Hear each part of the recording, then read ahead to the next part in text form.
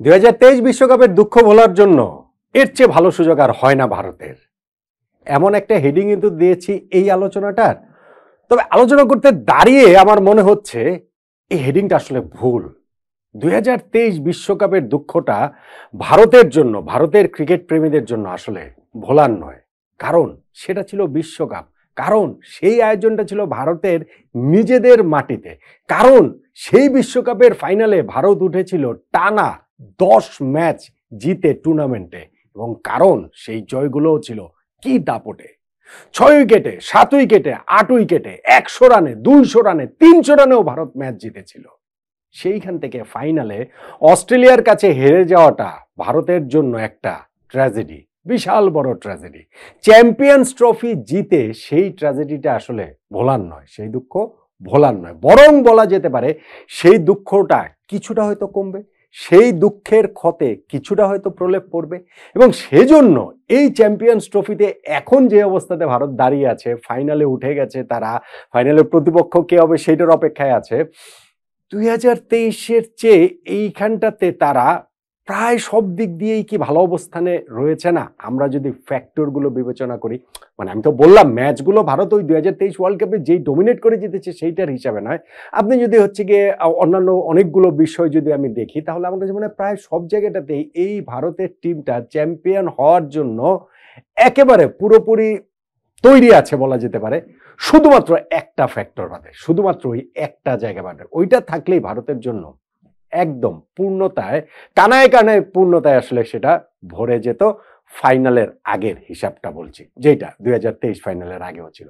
কোন কোন জায়গার কথা আমি বলছি মানুষ একটু মিলে নিতে পারেন। দেখুন, 2023 বিশ্বকাপেও ভারতের, আমি যদি ব্যাটিং লাইন আপটার সঙ্গে এখনকার দলটা, দুইটা স্কোয়াড যদি একটু তুলনা করি, ওই ব্যাটিং লাইন আপের সঙ্গে এই ব্যাটিং লাইন আপটা মোর অর লেস আপনি সেম বলতে পারেন। ধরেন টপ 4 এর ওই জায়গাটাতে তো রোহিত শর্মা, শুভমান গিল, বিরাট কোহলি, শ্রেয়াস আয়ার, তারা পুরোপুরি সেম। ওই ওয়ার্ল্ড কাপের সময় তারা ডেভাস্টেটিং ফর্মে ছিলেন, এইবারও মোর অর লেস তাই।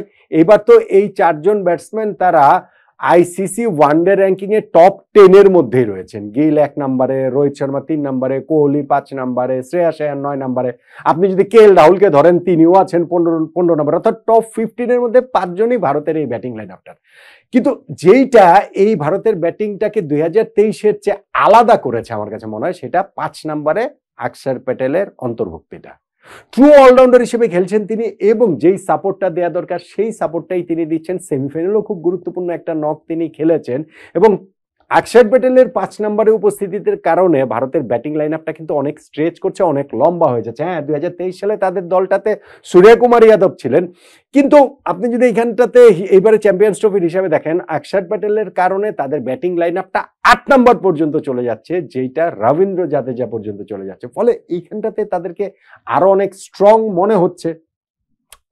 আপনি যদি হিসাব করে দেখেন যে তাদের এইখানটাতে অলরাউন্ডারের সংখ্যা, অক্ষর প্যাটেল, রবীন্দ্র জাদেজা, হার্দিক পান্ডিয়া, এই 3 জনকে তো হচ্ছে গিয়ে ট্রু অলরাউন্ডার হিসেবেই তারা খেলাচ্ছে এইবারের এই চ্যাম্পিয়ন্স ট্রফির, আপনি যদি হিসাবটা করে দেখেন। এবং ধরেন ভারতের ক্যাপ্টেন রোহিত শর্মা একটা প্রেস কনফারেন্সে বলেছিলেন যে সবাই বলছে আমরা 5 জন স্পিনার নিয়ে এসেছি, না, আমরা তো আসলে 2 জন স্পিনার নিয়ে এসেছি এবং 3 জন আমাদের অলরাউন্ডার। সেই 3 অলরাউন্ডার হচ্ছে গিয়ে রবীন্দ্র জাদেজা, অক্ষর প্যাটেল এবং ওয়াশিংটন সুন্দর। সো এর মধ্যে সুন্দরকে তারা খেলাচ্ছে না, বাকি 2 জনকে খেলাচ্ছে, সঙ্গে হার্দিক পান্ডিয়ার মতো একজন চ্যাম্পিয়ন ক্রিকেটারের উপস্থিতি। সবকিছু মিলিয়ে এই জায়গাটাতেও ভারত 2023-এর চেয়ে আরেকটু বেটার জায়গা আছে বলে এটা মনে হচ্ছে। ধরেন ভারতের স্পিন অ্যাটাকের কথা যদি বলেন, 2023 সালের ওয়ার্ল্ড কাপে তাদের কুলদীপ যাদব ও রবীন্দ্র জাদেজা, এই 2 জনকে দিয়েই তারা খেলেছে। একটা মাত্র ম্যাচ শুধুমাত্র রবিচন্দ্রন অশ্বিনকে তারা ইনক্লুড করেছিল 11-এ। কিন্তু এইবার ভারত 3 স্পিনার নিয়ে একাদশ সাজানোটা শুরু করেছে, এবং লাস্ট 2টা ম্যাচে তারা 4 জন প্রপার স্পিনার নিয়ে তারা একাদশ সাজাচ্ছে। দেন এগেন, প্রপার মানে কেউ, এটা তো আবার রোহিত শর্মা তো বলছেন তাদের অলরাউন্ডার, কিন্তু আমরা যদি ওইভাবে বলি যে এখানে কুলদীপ যাদব, রবীন্দ্র জাদেজা, বরুণ চক্রবর্তী, এবং এই জায়গাটাতে হচ্ছে গিয়ে তাদের আরো যে একজন স্পিনার রয়েছে, সবাই এই 4 স্পিনার মিলে ভারতকে কিন্তু একটা এজ এনে দিচ্ছে। অক্ষর প্যাটেল এজ এনে দিচ্ছে নিঃসন্দেহে, এবং দুবাইয়ের এই উইকেটের কারণে তারা অনেক বেশি আরো কার্যকর হয়ে উঠতে পারছে। হ্যাঁ, একটা জায়গায় আপনি বলতে পারেন 2023-এর চেয়ে এইবারের ভারত পিছিয়ে আছে, মানে যদি আপনি বলতে চান 2023-এর সেই দলটার পেস বোলিং অ্যাটাকটাও ছিল দুর্দান্ত। জাসপ্রীত বুমরা তো ছিলেন অসাধারণ। মোহাম্মদ শামির যে ইম্প্যাক্ট ছিল সেইটা আনবিলিভেবল। মোহাম্মদ সিরাজও খুব ভালো বোলিং করেছেন। সো ওই পেস অ্যাটাকটা অনেক যথার্থ ছিল। এইখানটাতে মোহাম্মদ শামি এখনো যে পুরোপুরি রিদমে এসেছে, লং একটা ইঞ্জুরি লে অফের পর তিনি ফিরেছেন, সেটা আসলে বলা যাবে না। পুরো রিদমে তিনি এসেছেন এবং হার্দিক পান্ডিয়াকে দিয়ে তারা সেকেন্ড পেসারের কাজটা চালাচ্ছে। গত দুইটা ম্যাচ যদি আমরা দেখি, তারা এইখানটাতে একাদশে আর কোনো পেসার খেলাচ্ছেন। সো পেস বোলিং অ্যাটাকটা ইন্ডিয়ার ওই সময় ভালো ছিল। এবং সত্যিকার অর্থে আপনি যদি বলেন জাসপ্রীত বুমরা যদি এই টিমটাতে থাকতেন, ইনজুরির কারণে তিনি যদি ছিটকে না যেতেন, তাহলে ফাইনালের আগে ভারত আরো ওভারওয়েলমিং ফেভারিট হতো, সেটা প্রতিপক্ষ যেই হোক না কেন। আরো বেশ কিছু ব্যাপার রয়েছে, যে কারণে আমি বলছি 2023-এর দুঃখ ভোলার না, দুঃখ কমানোর সুযোগটা ভারত এর চেয়ে ভালোভাবে আর পেতে পারতো না। যেমন ধরুন 2023 ওয়ার্ল্ড কাপের গ্রুপ মানে লিগ পর্বের 9টা ম্যাচ ভারত 9টা আলাদা আলাদা ভেন্যুতে খেলেছে।